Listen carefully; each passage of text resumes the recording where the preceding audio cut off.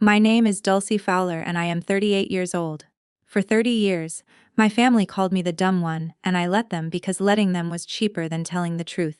I run a two-bay fabrication shop in Kellerton, Ohio. I weld. I build things that hold under load. I have never once read a contract in front of another human being. On the second Saturday of September, my family held its 30th reunion at the Grange Hall out on County Road 12, and my dad stood up with a microphone in his hand and told 60 people that I never amounted to anything. They laughed the polite kind of laugh, the kind that dies fast. My 11-year-old niece was sitting close enough to hear all of it. 20 minutes later, a man in a gray suit came through the back door with a leather case and put a check for $47 million in my hand, and the whole room stopped moving. That is the part everybody wants to hear about. That is not the part that matters. What my father did 20 minutes after that check landed is the thing I still cannot get through without stopping. Welcome back to Hidden Family Revenge. This is where we sit with the quiet ones, the people a family decided about early and never checked on again. Drop a comment and be sure to subscribe. Tuesdays at my shop start at 7 and Tuesdays are for the mail. Hollis Dean drags the green steel chair away from the wall by the press brake, sits down with his knees apart and reads the week out loud while I run a grinder. He was a pressman for 30 years before he came to work for me. He has a voice like a man reading a weather report to a room he trusts flat and unhurried. And he never once asked me why we do it this way. Invoice from Cross Steel 460. Certificate renewal due the 12th. Somebody in Belaine wants a quote on 8 stair stringers. I keep grinding. I do not write anything down. By the time he sets the last envelope on the bench, I can tell you every number he said and what order they came in, because that is what my head does instead of the other thing. Bo Keenan, who has worked for me 4 years, thinks it is a habit 2 old people got into. Bo is 34 and believes a lot of things about how the world works. Bo has no idea that in 14 years at this address, I have not opened a single piece of business mail by myself. Not one. There is a system, and the system is the whole reason the shop is still standing, and the system has exactly one moving part, and that part is a 660-old man in a green chair. That August we got one last ordinary Tuesday. The kind where nothing in the stack was worth saying twice, and I had no reason to pay attention to it. Before I get to that envelope, I have to tell you about the phone call because the phone call came first and it set the clock running. My mother, Karen, calls the shop lane instead of my cell because she says cell phones make her sound far away. She told me the reunion was set, 30th one, Grange Hall on County Road 12, second Saturday of September, 4000, and everybody was bringing something they were proud of. That is a real thing in my family. There is a table by the door for it. Paul's continuing education certificates go up there in a folding frame he bought for the purpose. Nadine's building won a state recognition banner 2 years ago, and the banner has been to 4 reunions. Cousins bring commission letters and diplomas, and 1 year somebody brought a laminated newspaper, clipping about a pig. Then my mother said the kind thing. She said, "Dulcie honey, you don't have to bring anything for the table. Just bring a cake." She said it the way you'd tuck a blanket over somebody. She meant it that way too, which is the part I have never been able to explain to people who did not grow up in that kitchen. There is no cruelty in it anywhere. There is only a scoreboard and everyone agrees on the scoring, and I have been off the board since I was 8 years old. I told her I'd bring the cake. I hung up and I stood there with my hands still on the receiver doing what I always do, which is nothing. The fall of 1996, I was 8 years old and in 2nd grade, and my teacher was a woman named Arlene Pitt, who wore her glasses on a beaded chain. She asked my parents to come in after school. I sat on a plastic chair in the hallway with my shoes not reaching the floor, and I could hear most of it through the door, which they left open about a hand's width. Mrs. Poot said I was bright. She said it twice. She said I could do arithmetic in my head faster than she could do it on the board, and that I built a bridge out of craft sticks that held 11 textbooks, and that when she put a page of words in front of me, the letters would not hold still, and she wanted the district to test me. There was a pause. Then my father said the sentence that has been sitting in the middle of my life ever since, and he said it kindly, the way you'd explain a thing to a bank teller. Somebody has to read for her. That was all of it. My mother said, "Well, that's true." Mrs. Poot tried twice more. The folder closed. Nobody ever mentioned it again. The next night at dinner, my brother Paul, who was 14 and delighted with himself, said, "Pass the potatoes to the dumb one," and everybody laughed, and my father did not stop him. And that was the day the name got issued.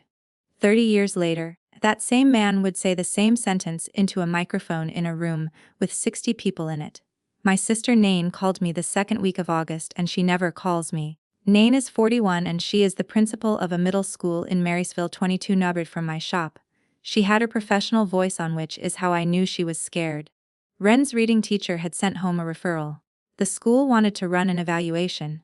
Nain had not signed it. She had a whole answer ready, and she gave it to me in one breath. "The way you give a speech you have already said in the car." She said a file follows a kid. She said she has watched files follow kids for 18 years, and she knows what happens when a label gets attached at 11. How the label starts making decisions the kid never gets to weigh in on. She said Ren is a late bloomer. She said her husband agrees. She said, and this is the part I keep. You of all people should understand what I'm protecting her from. I stood in the shop office with grinder dust on my forearms, and I said nothing because Nain is not stupid and Nain is not cruel, and every single thing she said was true, and it was also the exact machinery that had been running on me since 1996, only now it had a college degree and a nicer vocabulary. She waited for me to agree with her. I said I had to get back on a job. She said, "So you agree?" And I said, "I have to get back on a job," and I hung up and stood there for a while.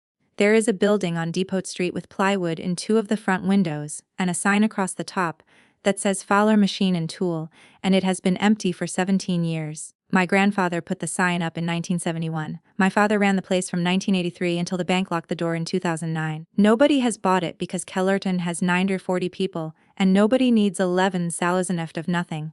I park across the street sometimes on my way back from the Steelard and I sit with the engine off. I know what the roof needs. I know the 3-phase service is still in there, because I climbed in through the loading side 4 years ago with a flashlight and checked it. I have a number in a coffee can in my apartment above the shop, and the number has been growing since I was 32, and it is not for a house or a truck or a trip anywhere. It is for that building. I want my name painted under my grandfather's name. I have never said that out loud to another person, not to Hollis, not to Bo, not once in 6 years. You can decide for yourself how smart that is, wanting a thing that bad and telling nobody. In my defense, in my family, the fastest way to lose something is to let them know you want it. That August, the realtor's sign went up in the window with the plywood, and I drove past it 4 times in 1 week, and the 4th Shay clears throat time. I stopped in the road like a fool with my blinker on and nobody behind me.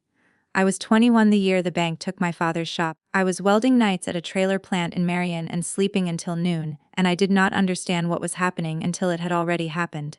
Here is what I saw.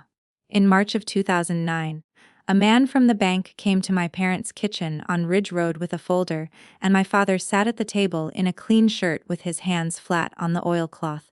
The man explained something about the loan. My father asked him to go over it again. The man went over it again. My father asked a 3rd time, and I watched my father's ears go red, and then my father picked up the pen and signed it, because asking a 4th time was worse than signing. That is the entire thing.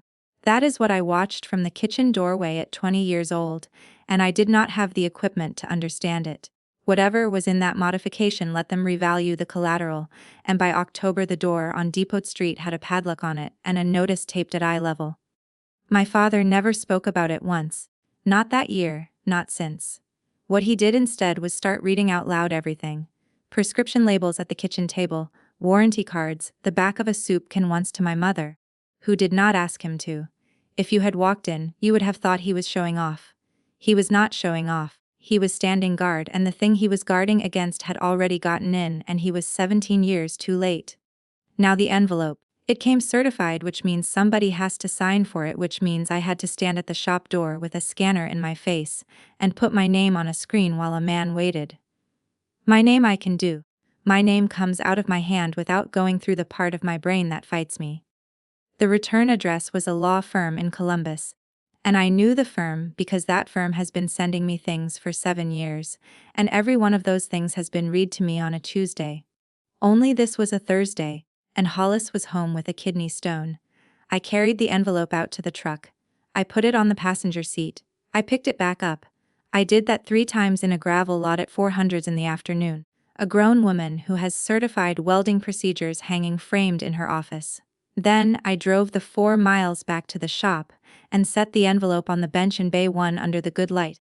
Squared up to the edge and went and finished a handrail. I want to be honest about this because it is the whole shape of my life. I was not afraid of what was in it. I was afraid of the 15 minutes of my own head that opening it alone would cost me. It sat on that bench for 4 days. It was, I would find out later, the most expensive envelope in the state of Ohio. Hollis came back Tuesday. He got the green chair.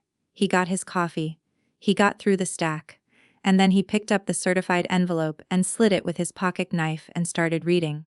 And about 4 lines in his voice changed shape. He stopped. He started over from the top and read it slower.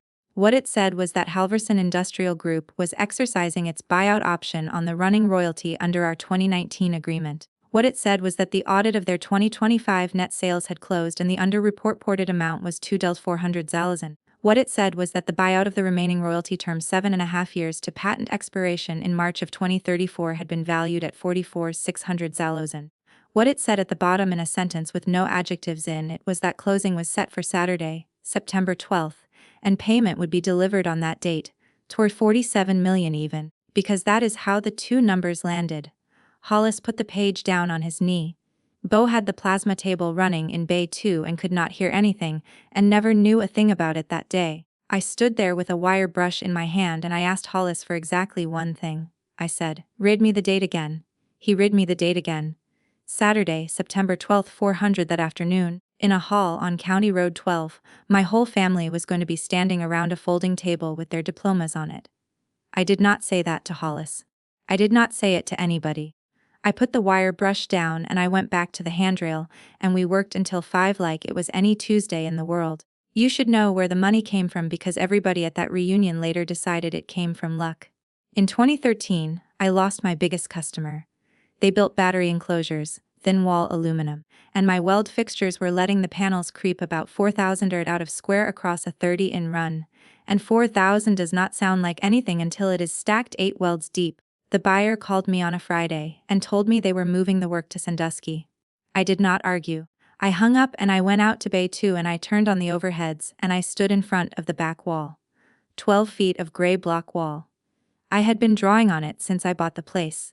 Paint marker free and everything in views and dimensions and arrows, and no words anywhere on it because words on a wall are just a place for my eyes to fall down. For 3 weeks I slept on a cot by the parts washer. I drew the clamp 40 different ways. The thing that finally worked was stupid and simple. A floating jaw on a tapered pin that let the fixture find the center of the part instead of forcing the part to find the center of the fixture. The part tells the tool where it is. That is all it does. I built the first one out of scrap 4140 on a Sunday, and Monday morning the panels came off the table dead square, and I called Sandusky and told them to keep their money and come look at something. It took a woman who cannot read a page of instructions to build a clamp that stops fighting the material. I have thought about that a lot, and I still cannot decide whether it is funny. In March of 2019, Halverson Industrial Group offered to buy the product line 2 ways. 1 to 2 million cash done, walk away, or 400 Zellers at closing and 2% of net sales for as long as the patent lived, which was until 2034. My attorney read me both versions 4 times over 2 nights at her office in Columbus. And then I sat in my truck in a parking garage for an hour and thought about tapered pins, and how many battery lines were going to get built in the next 15 years. And I took the second one. I did not tell my family.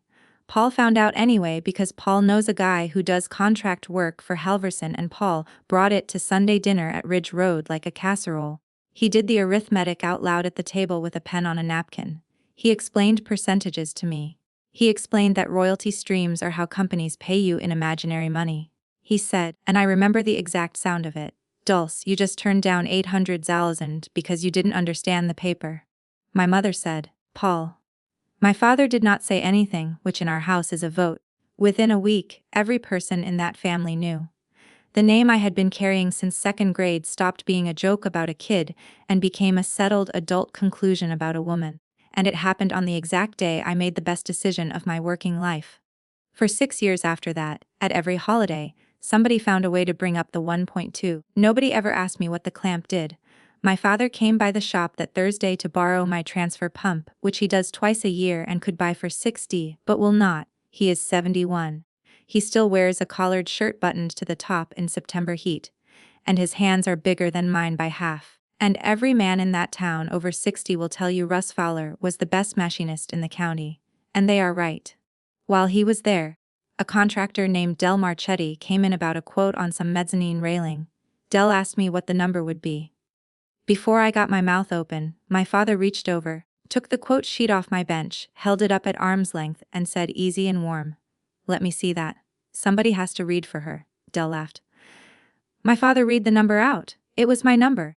I had built it in my head from the linear foot, and the coding and the 2 days of my life it would cost, and he read it out like a weather report, and Del shook his hand instead of mine. Then my father said thanks for the pump and went out to his truck, and when he opened the driver's door and leaned in for his gloves, I saw a piece of paper folded in quarters, sitting in the door pocket, worn white along the folds the way paper goes when it has been opened and closed for years. I did not ask. In our family, you do not ask. And if you have ever had somebody answer a question that was asked of you standing right there in your own building, then you already know what that sounds like. Tell me in the comments and subscribe, because this gets worse before it gets anywhere near better. I went to see the realtor about Depot Street on the third Friday in August.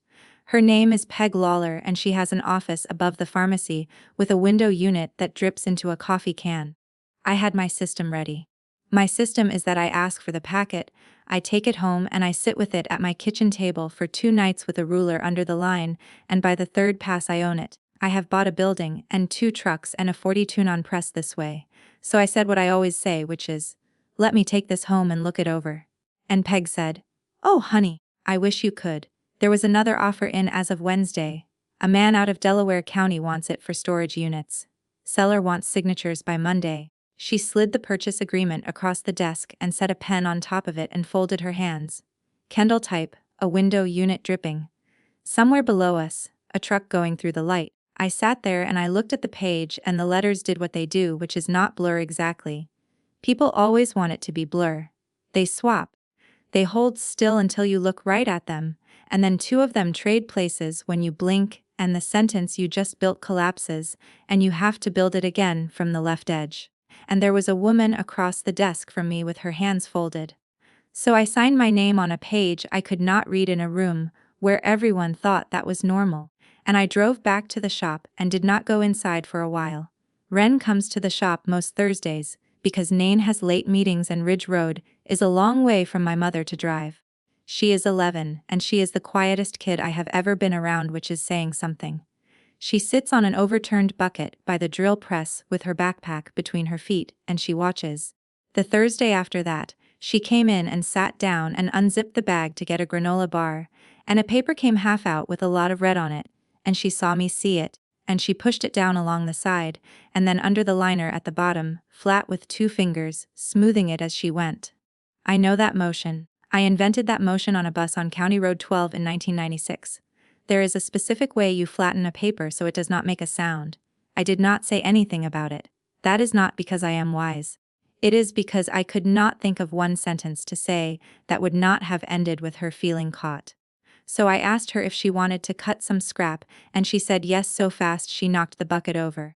I set her up on the shear with the guard down and my hand on the hold down, and she made about 40 little steel rectangles she had no use for, and she smiled the entire time. And when Nadine texted that she was 10 minutes out, Rin zipped the backpack and went and stood by the door with it hanging off one shoulder like nothing had happened in there at all. She is 11 years old, and she is already better at this than I was. The next Thursday, I did something I had never done with another person in my life. I walked Ren into Bay 2 and hit the overheads. It takes the lights about 6 seconds to come up all the way, so she got it in stages. 12 feet of gray block from the electrical panel to the corner floor to about 8 feet covered edge to edge in paint marker. 14 years of it. Fixtures, jigs, a stair truss, the tapered pin in 9 positions. A rework of the shear guard, a thing I never built, for lifting an engine out of a boat. White over black over white where I had gone back over old work, arrows, numbers, angles marked with a little box, and no words anywhere on that wall. Not a label, not a note, not my own initials, because a word on that wall would have been a hole I could fall into, and I had made myself a room with no holes in it. Ren stood in the middle of the floor and did not say anything for a while. Then she said, "Did you do all that?" I said, "I did."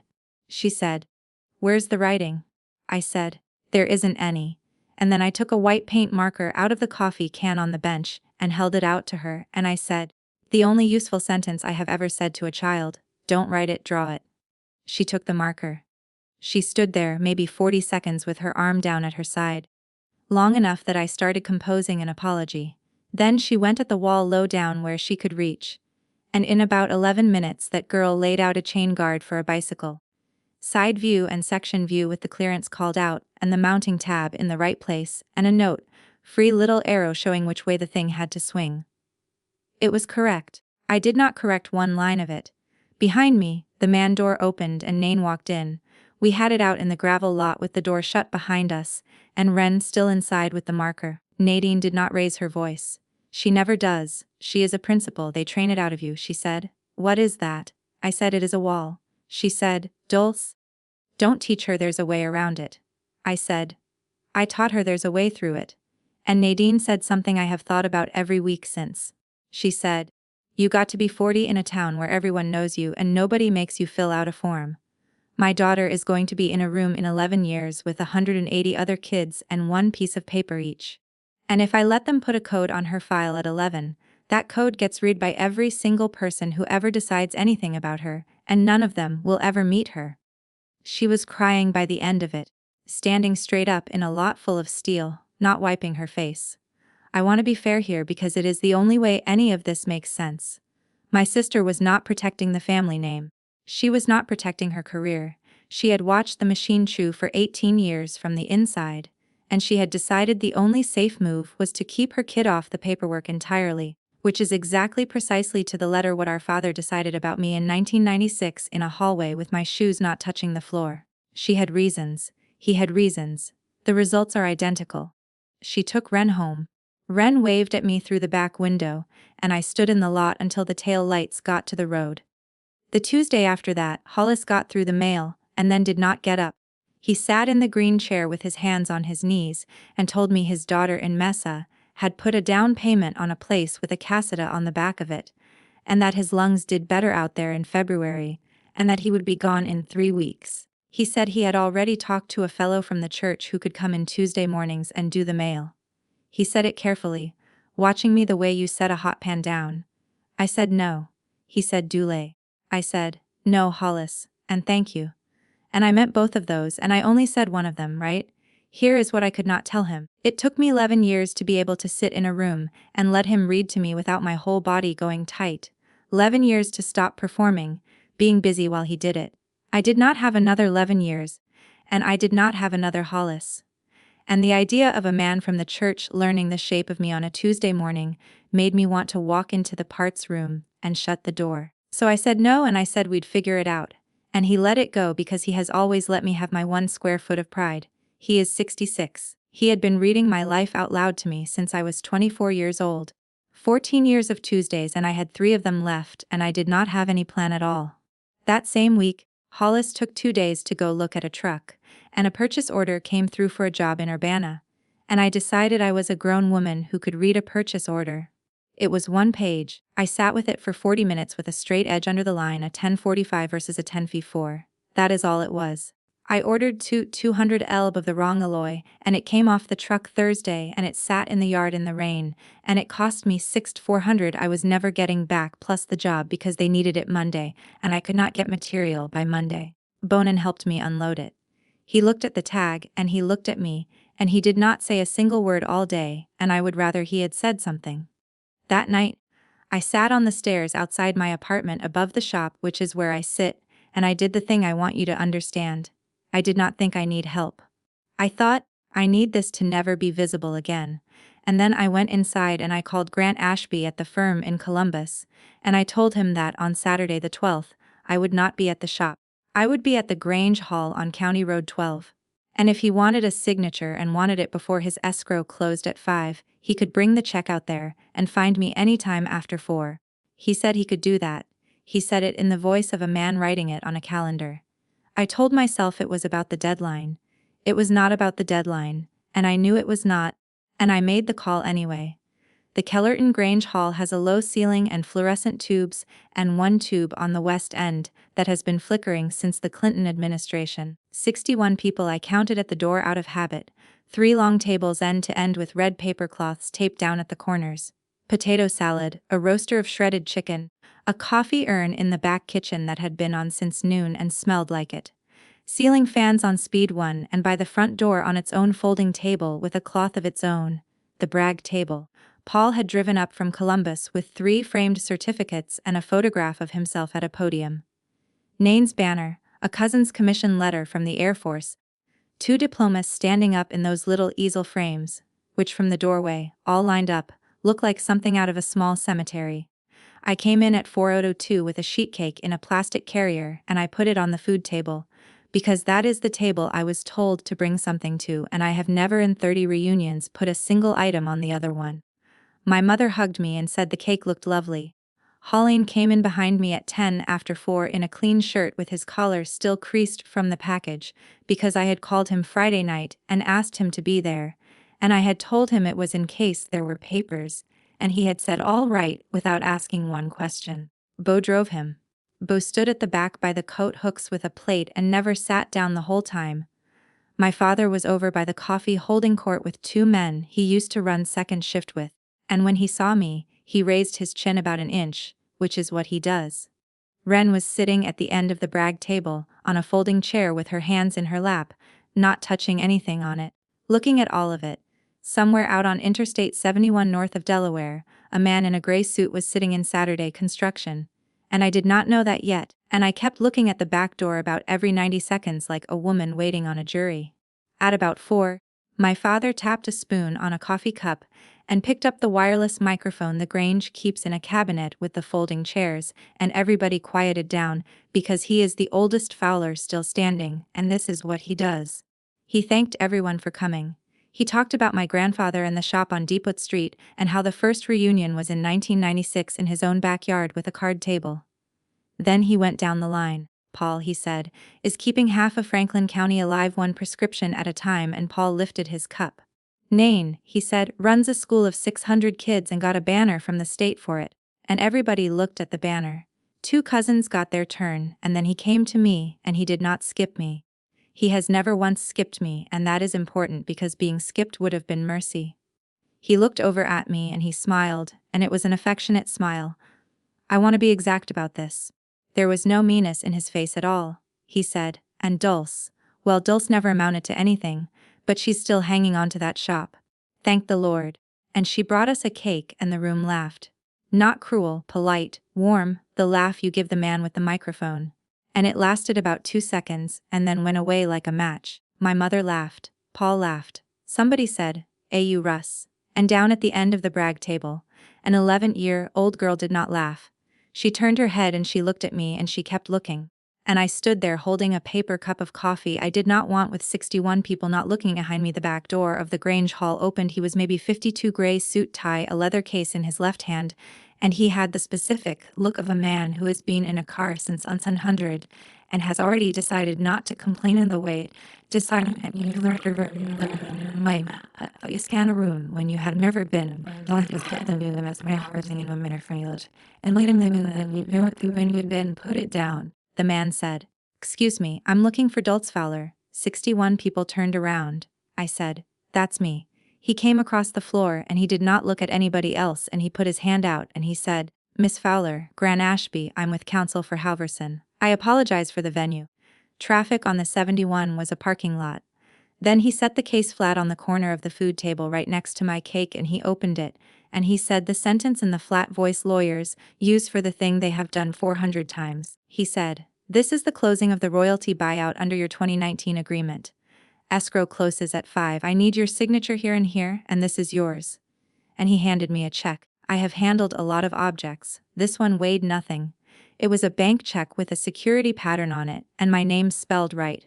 And the number in the box was 47 million and no cents. And the number was also written out in words along the line beneath it. And I did not need to read those words, because I already knew them. And that is the only reason I could stand there. Somebody's chair went over backward. My father still had the microphone on and it was down at his side. Pointed at the floor and it picked up the sound he made and put it through the speaker on the wall behind the brag table for about 9 seconds, standing in a Grange hall under a flickering tube with a pen in my other hand. It was the best moment of my entire life. Then the room came back on. Paul got to me first and Paul did the thing Paul does, which is arithmetic in the direction of somebody else's life. He said, "Okay, that's gross. That's not net. You're gonna lose damn near half of that to federal and state. Do you understand that? Do you know what capital gains is?" He was not being cruel. He was being useful the only way he knows how, out loud, at volume, in front of everyone, immediately. My mother got there a second and put both arms around me and cried into my collar, and she had not held on to me like that since I was in my 20s. And I stood there with the check in my hand and my arm out to the side so I would not bend it. Phones came up. My cousin Renata, who has not called me in 6 years, filmed the check. 2 men my father used to run second shift with came over and shook my hand and asked what the company was called. Somebody wanted to know if I was going to buy a place in Florida. Somebody wanted to know if the shop was for sale. Grant Ashby stood at the corner of the food table with the signed pages under his arm, in no hurry at all, watching a family, the way you watch weather.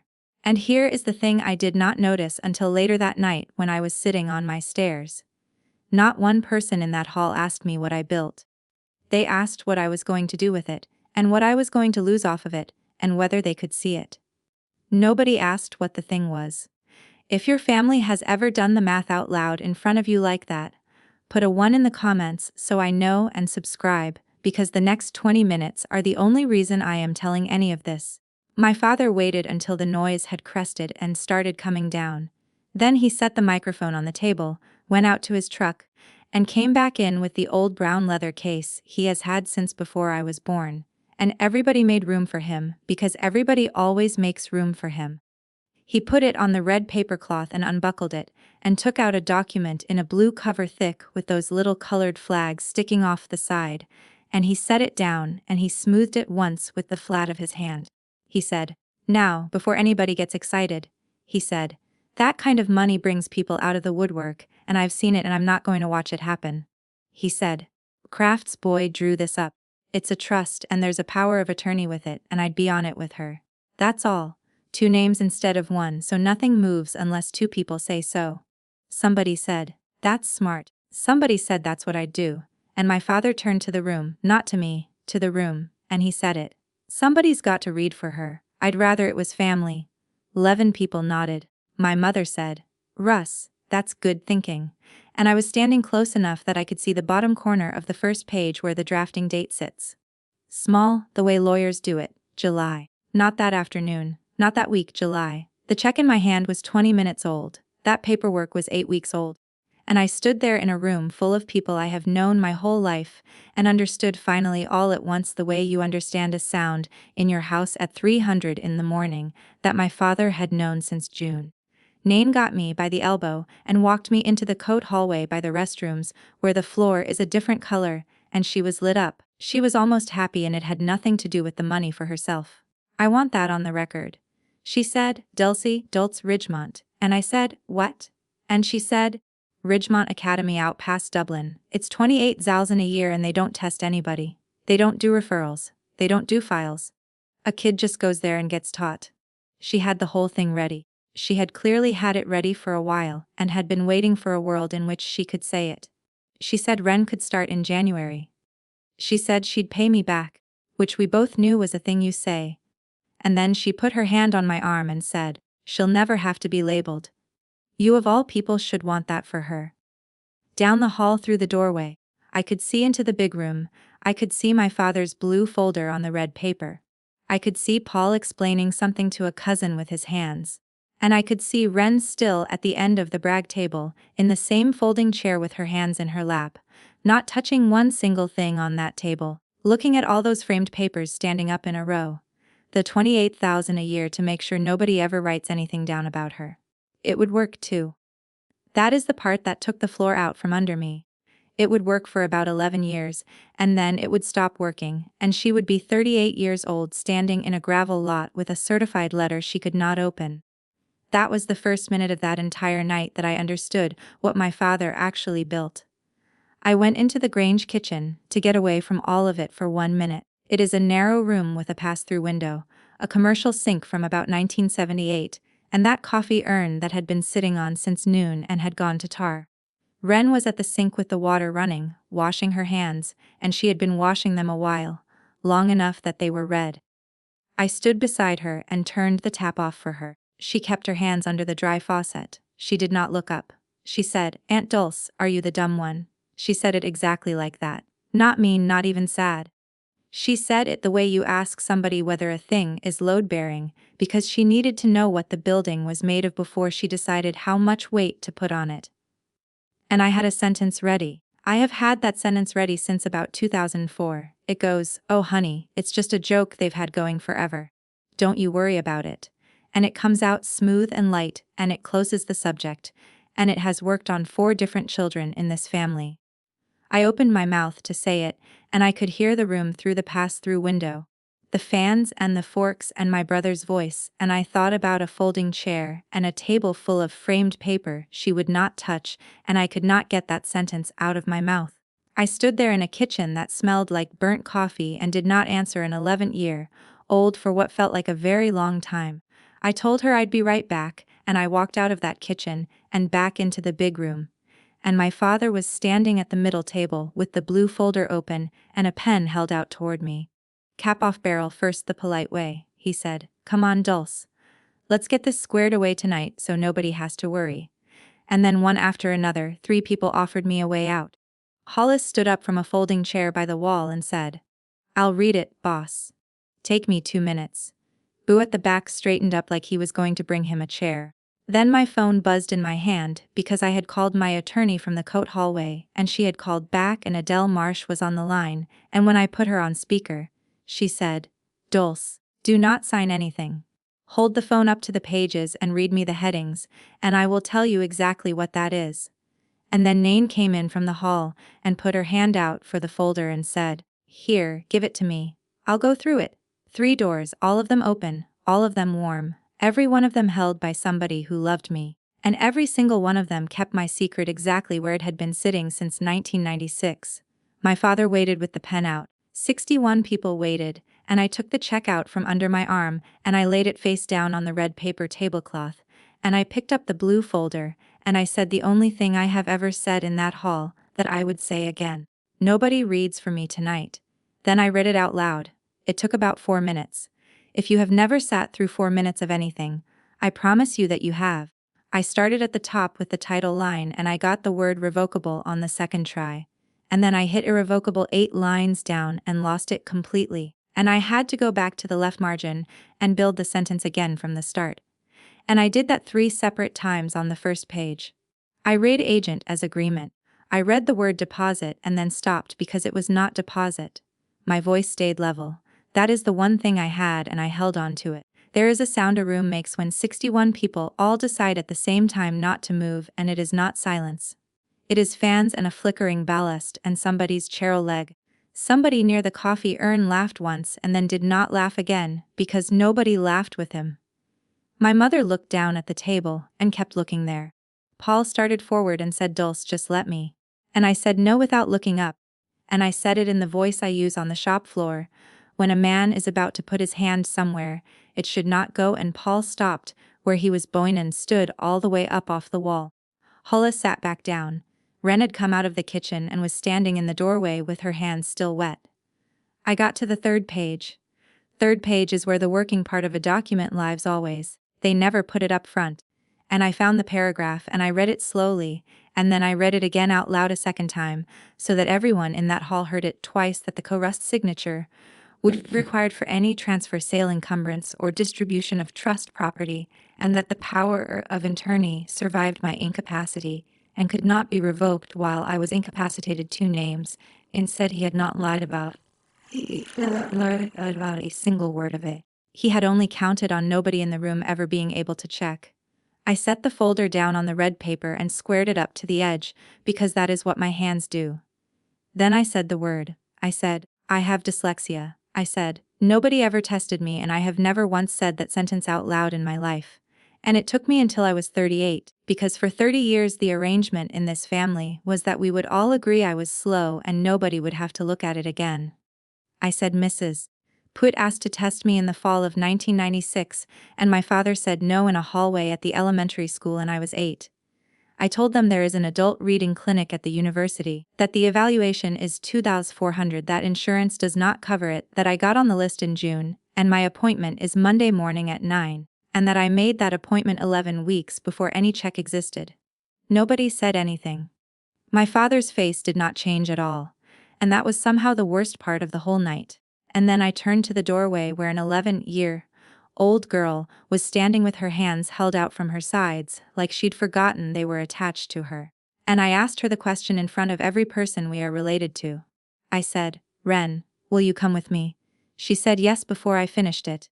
She said it fast and loud, the way she'd said yes to the shear, and it came out of her like something that had been sitting on her chest for a year. And my sister stood up so fast her chair went over. My father did not shout. I need you to understand that about him. In 71 years I have never heard that man raise his voice.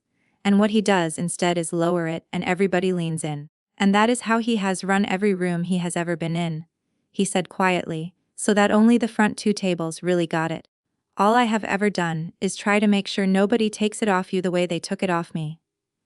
And then he reached into his shirt pocket, the one he keeps buttoned, and he took out a piece of paper folded in quarters, worn white along every fold, soft as cloth at the corners, and he opened it partway and laid it on the table next to my face-down check. I did not have to read it. I knew what it was from across the room, because I had watched it get signed at a kitchen table on Ridge Road in March of 2009, while a man from the bank explained it 3 times. 17 years he had carried it, he said. They had me sign that with a pen they handed me, he said. Paper never once asked me how hard I worked. And I said, I know it didn't, Dad. I said it and I meant it, and I was not being kind. I was agreeing with him because he was right. And everything he built out of being right had come to rest on the table in a blue cover with little colored flags on it. Then I said, I'm still not signing it. He looked at me for a while. He folded the 2009 paper back along its own creases. He picked his hat up off the table, and he said good night to my mother, and he walked out the side door into the parking lot, and he did not say sorry, and he did not look back. And I have gone over it 100 times, and I do not believe he thought he had done anything wrong. Nain came around the end of the table and took Ren by the wrist. She was crying and furious at the same time, and her voice broke in the middle, and she said, You did that in front of my daughter. You did that in front of my daughter, Dulai. And she was out the door with the kid before I could put a word together, and Ren looked back at me from under her mother's arm the whole way across the lot. After her snorts that, the hall emptied the way a hall empties, which is all at once and very politely. People came by in 1s and 2s, and shook my hand fast and said, Congratulations, and did not meet my eyes and went out to their cars. My cousin Renata deleted nothing and said nothing. Grant Ashby had his signed closing pages by 10 of 5 and could have been on the road inside of a minute, and he was still standing at the corner of the food table at 6. When the room had cleared, he shook my hand and said, Miss Fowler, congratulations.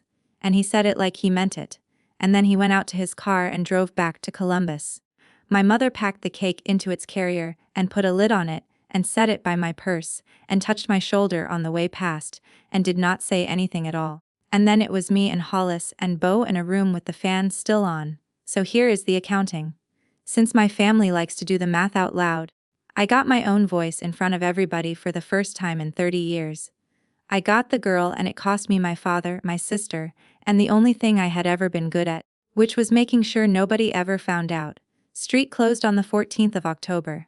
The man from Delaware County withdrew his offer about 90 seconds after he heard who else was bidding, which is the only genuinely funny thing that happened all fall. I paid cash $310,000 out of a pile that was a great deal smaller than the number on that check by the time the federal and the state were through with it. And Paul was right about that, and I have told him so once. The roof took until December. The new sign went up the first week of November, and it says Fowler Machine and Tool, and under that EST 1971 reopened 2026. And under that small hand lettered by a woman who is very good with a brush and did not ask me why it says draw it first. Hollis left for Mesa on the last Saturday in September. The green chair is still where it was. Nobody sits in it. What I do now is this. Every Tuesday morning at 7, I take one page of whatever came in and I read it out loud in Bay 1 with the door open, and Bo standing there with his coffee, and I get things wrong, and Bo says the word, and we go on. It takes me a while. Tuesdays, nobody reads for me. The clinic evaluation came back in November, and it says what we all knew it was going to say, and it did not change one thing about how fast I read, because there is no version of this where a woman goes into a room at 38 and comes out fixed. I still need 20 minutes for a page of contract. The difference is where I stand while I do it. Nain did not speak to me for 4 weeks. Then on a Wednesday in the middle of October, she signed the consent form and had Ren evaluated. And she called me afterward, and she did not apologize and neither did I. And what she said was, she asked me a question in the car and I couldn't answer it. That was the whole conversation. It was enough. Ren has an IEP now, a code on a file, the exact thing her mother was trying to save her from. And she also comes to Bay 2 on Saturday mornings. And there is a section of that wall down low that is hers, and she has filled about 60 of it. My father has not called, not in October, not in November. He did not come to Thanksgiving at my mother's, or rather, he came and I did not, which my mother handled by making 2 plates. But on a Monday morning in the middle of November, I came down the stairs and unlocked the shop.